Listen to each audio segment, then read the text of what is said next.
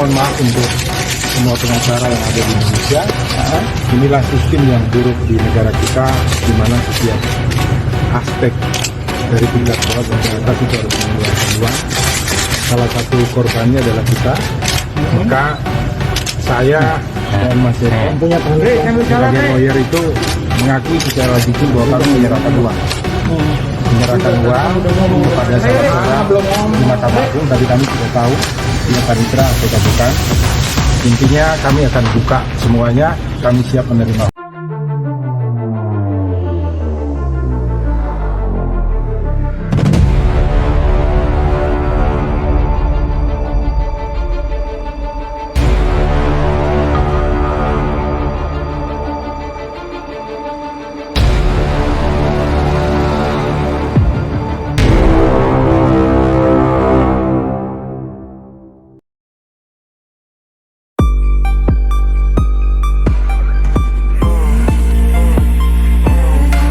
Pemuja Manitologi, Hakim Agung Mahkamah Agung terjaring OTT KPK. Ditulis oleh Erika Ebener. Waktu saya berkasus pidana dengan sekolah yang mengaku sebagai satu-satunya sekolah internasional di Yogyakarta, Hakim Pengadilan Negeri membebas murnikan terdakwa kasus pidana dengan dalil bahwa terdakwa tidak memiliki kewenangan. Putusan hakim yang sangat amat keluar dari koridor hukum adalah indikasi bahwa hati nurani hakim digunakan untuk dirinya dan bukan untuk menegakkan keadilan. Sejak kapan sidang pidana bicara soal kewenangan? Tapi ya sudahlah, suka-suka hakim saja. Toh masih ada upaya hukum setelahnya, yaitu kasasi. Keluar dari ruang sidang, jaksa penuntut umum langsung berkata, "Kita akan langsung kasasi, Bu." Makanya ketika saya dikerubuti media, saya langsung bilang, "Kita akan kasasi." Selesai dikerubuti media, saya beranjak ke pertemuan berikutnya dengan teman-teman praktisi hukum dan membahas putusan Hakim Peradilan Negeri yang baru saja saya terima.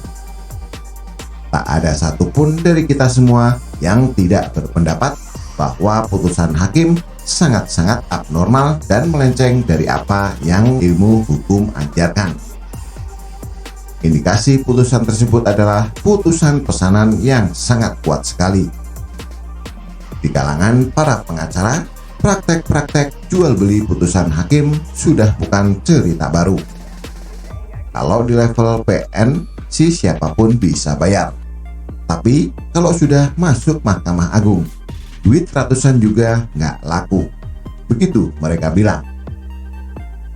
Saya pribadi berpikir bahwa Mahkamah Agung adalah harapan terakhir rakyat untuk memperjuangkan keadilan. Karena jika hati nurani Hakim Agung di Mahkamah Agung bisa dibeli karena memiliki bandrol harga, maka almarhumlah marwah hukum di Indonesia. Sejauh ini saya terus meyakini dan berpikir positif terhadap para Hakim Agung di Mahkamah Agung. Tak mungkin Hakim Agung itu tertarik untuk menggadaikan hati nuraninya kepada setan.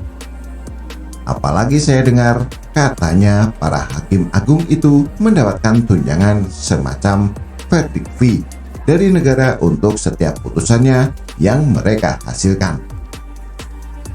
Dan hari ini seorang kawan yang berprofesi pengacara berkunjung ke rumahnya untuk memberikan bahwa telah tertangkap OTT seorang Hakim Agung Mahkamah Agung. What? Sungguh saya sulit untuk mempercayainya. Lalu kawan saya membuka video pihak penyuap yang merupakan pengacara bernama Joseph Parera. Track record pengacara ini bagus. Dan di kasus suap ini, si pengacara benar-benar bersikap sangat jantan dan terhormat, walaupun dia sudah menjadi tersangka. Begitu dia menambahkan informasi tentang sosok Joseph Parera. Saya dan Mas Eko sebagai lawyer mengakui secara jujur menyerahkan uang di Mahkamah Agung. Tapi kami tidak tahu dia yang menerima uang, panitera atau bukan. Intinya, kami akan buka semua. Kami siap menerima hukumannya karena ini ketaatan kami. Saya mohon maaf untuk semua pengacara yang ada di Indonesia. Inilah sistem yang buruk di negara kita, di mana setiap aspek dari bawah sampai tingkat atas harus mengeluarkan uang. Salah satu korbannya adalah kita. Sebagai penegak hukum, kami merasa moralitas kami sangat rendah. Kami bersedia dihukum yang seberat-beratnya, ujar Yosep saat akan dibawa ke rumah tahanan di Gedung Merah Putih KPK, Jumat 23 September 2022 dini hari.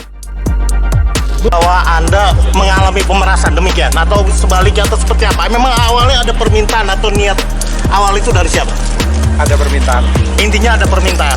Artinya bahwa permintaan itu yang disampaikan Desi kepada Anda atau langsung Pak Sudrajatnya? Ini ya. Hah? Gimana Pak? Oh bukan, saya tidak kenal sama Hakim. Keren, asli keren.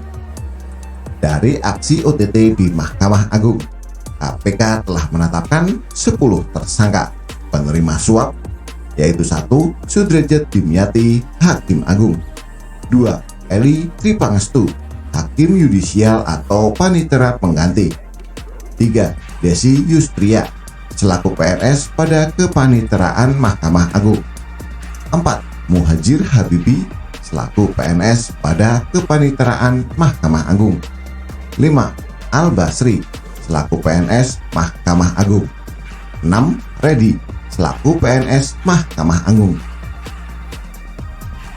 Para penerima suap dijerat dengan pasal 12 huruf C atau pasal 12 huruf A atau B junto pasal 11 Undang-Undang Nomor 31 Tahun 1999 tentang pemberantasan tindak pidana korupsi, sebagaimana telah diubah dengan Undang-Undang Nomor 20 Tahun 2001 tentang perubahan atas Undang-Undang Nomor 31 Tahun 1999 tentang pemberantasan tindak pidana korupsi junto pasal 55 ayat 1 ke 1 KUHP.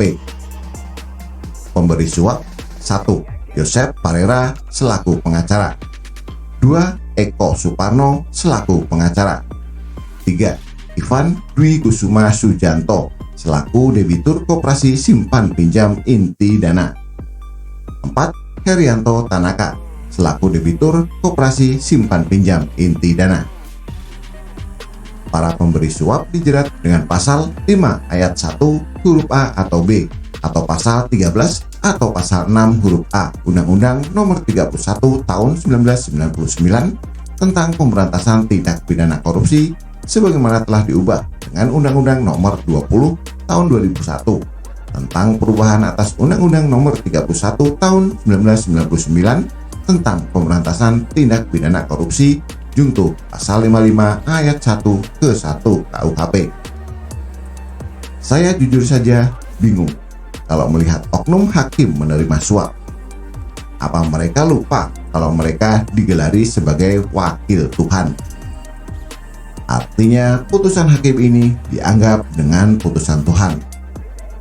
Karena seperti yang saya tuliskan, 1000 pelanggaran jika tidak disidangkan dan diputuskan oleh hakim sebagai pelanggaran, maka akan menjadi kebiasaan, budaya, bahkan jadi norma. Namun demikian, oknum hakim ini juga manusia biasa yang secara raga mengaku beragama salah satu dari 6 agama yang diakui Pancasila, tetapi secara jiwa mereka pemeluk agama Manitologi yang taat. By the way, Hakim Agung Sudrajat Dimyati ini kok menghinakan diri ya? Masa disogok 800 juta rupiah diterima? Katanya ratusan juta nggak laku di Mahkamah Agung. Monitologi sejati. Bagaimana menurut Anda? Silahkan tulis komentar di bawah.